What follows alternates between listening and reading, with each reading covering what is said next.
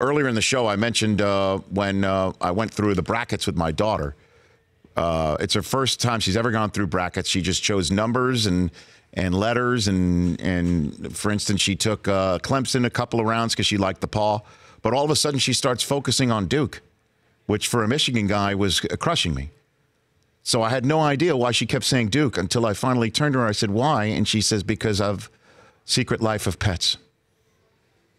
So I tweeted that out today saying, thank you, Eric Stonestreet. It's pretty great. Now I have the opportunity to thank him in person. You there, Eric?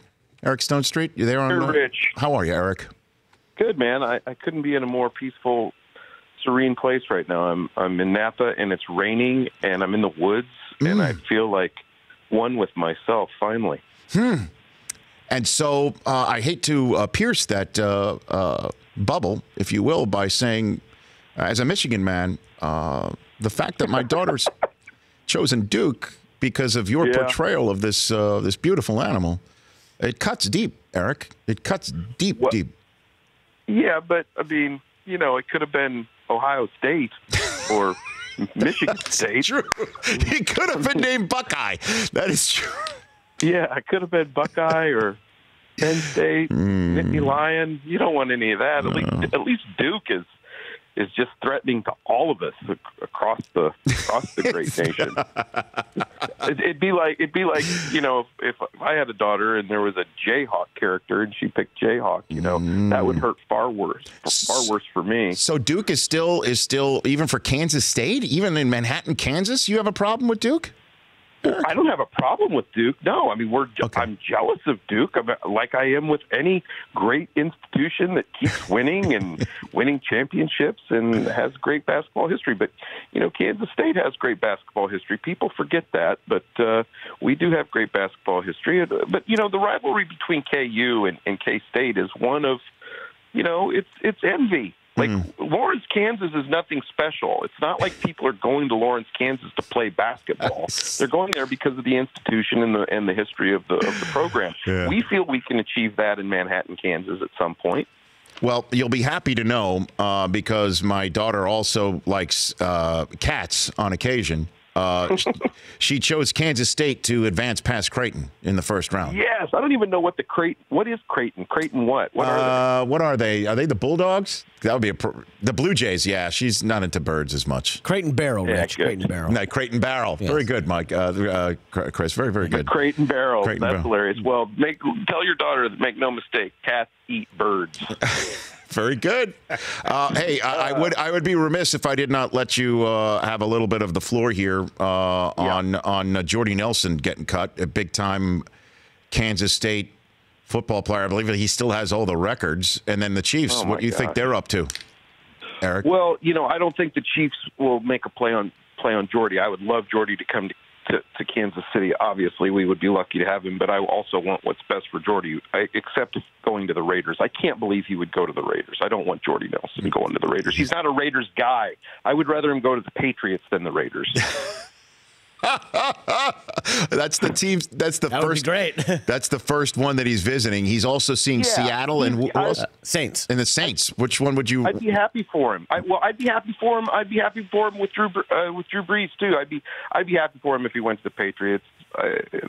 He would be great there. The town would love him. He's a good dude, and be happy for him. Free agency with the Chiefs. You know, it's been interesting. You know, now we've got two deep threats at wideout, which is, you know, obviously going to help with our taking a man out of the box. I mean, you got to cover both Tyreek Hill and what's his name from the Rams we just got? Oh, Sammy Watkins. Yeah, Sammy Watkins. You got to cover those guys deep. So, you know, good luck with that, which is going to help our run game, which is a Kareem Hunt. We got, you know, offensive lineman. We just lost Zach Fulton, but I feel like we got the pieces in place there. We can fill that in. We'll probably draft a guard. I think our first draft choice at 4, 56, something like that, I would imagine is going to be an edge rusher, would be my guess. Okay. All right. We need a little help there. But, you know, we got Mitchell Schwartz at right tackle. I'm an O-line guy. You know, I love the O-line, right? Mm-hmm. I know. Well, please. Yeah, I know. You understand. A great right tackle. We got a great left tackle. We got an amazing center. Mitch Morse will be back from injury next year. We got Jordan Devey at guard. We got Brian Witzman at guard. Cam Irving, former first-round draft choice, I believe, for Cleveland. We got Parker Anger coming back off injury. So I believe our offensive line is in a good spot. We'll probably draft a guard. And I think you're going to love the Chiefs hire me. Why don't they just hire me? Well, Eric, you're too successful doing what you're doing. You know what I'm saying? But why can't I just prove myself in football, too? Well, I think you have in many different ways. And it's, again, just only fitting, Eric, that you are in Napa. Please bring me back a bottle of wine because what do you want? My daughter choosing Duke drove me to drink even more. You brought me a bottle of Dick Vermeil's wine once. I did. It's Vermeil's finest, man. He really can. He's a great vintner, Eric. He's great. It'll make you cry. It's funny, when we booked our hotel room up here, Rich, I had to tell the lady, I'm like, we're not really wine drinkers. And how'd that go over? Okay. All right. Well, yeah, we have spirits too, so we partake in that. Well, Eric, I had to reach out to you, and just again, when my daughter looked at me and kept saying Duke, and I thought of you, and I thought you'd enjoy that. So nice. That's an interesting matchup. We got K-State. I don't want to let you go yet. Okay. It's an interesting matchup between K-State and Creighton because, Marcus Foster used to play at K-State, and then he transferred to Creighton. So it'll be interesting if any of that story comes out. I know it's a national compelling story for all of the national media what a guard transferred from K-State to Creighton was all about. But I'm interested to see that matchup. There's your 8-9. It's your 8-9 out there in Charlotte, and we'll see what happens with Virginia if you advance. But again, my daughter had you advancing, but bounced by Virginia. Sorry to say, for you, Duke.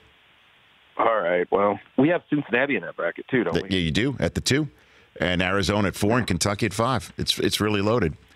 Well. All right, man. I don't want to interrupt your Napa vacation anymore. I know. I got a shower. This place has got an outdoor shower. I've never felt so uncomfortable in my life.